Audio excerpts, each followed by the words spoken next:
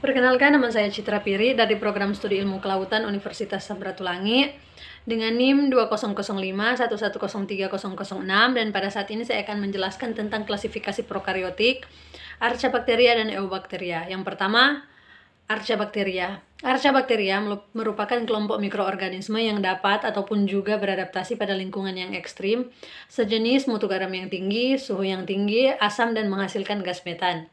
Ciri-ciri Archaebacteria: yang pertama, bersifat prokaryotik maupun uniseluler. Yang kedua, memiliki isi 0,1 sampai 15 mikrometer. Yang ketiga, dinding sel mengandung lipid, tidak mengandung peptidoglykan. Dan yang terakhir, berbentuk batang spiral, kokus, dan berbentuk tidak tetap.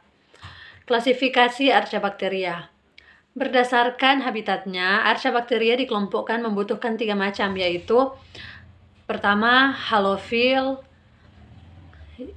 nyawa di lingkungan dengan kadar garam tinggi seperti di laut mati. Contoh Halobacterium dan Halococcus.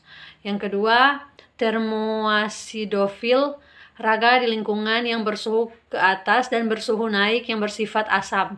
Contoh Sulfolubus yang hidup pada mata air yang panas, Yellowstone National Park, dan juga termoplasma, raga di dalam kadar asam yang tinggi.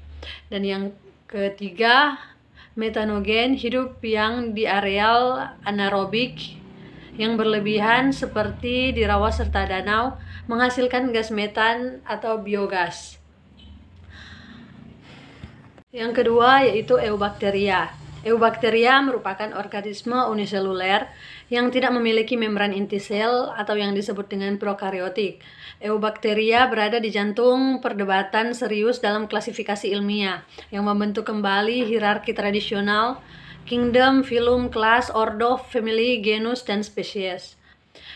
Eubacteria dibedakan menjadi 2, yaitu bakteri ataupun cyanobacteria. Yang pertama, bakteri. Ciri karakter bakteri. Yang pertama, habitat di berbagai kawasan baik air, tanah, udara, ataupun tubuh makhluk hidup lain.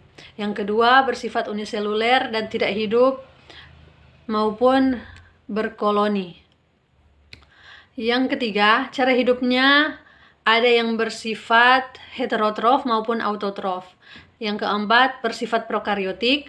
Dan yang kelima, dinding sel tersusun atas peptidoglykan sehingga bentuk selnya relatif tetap. Yang kedua yaitu Cyanobacteria.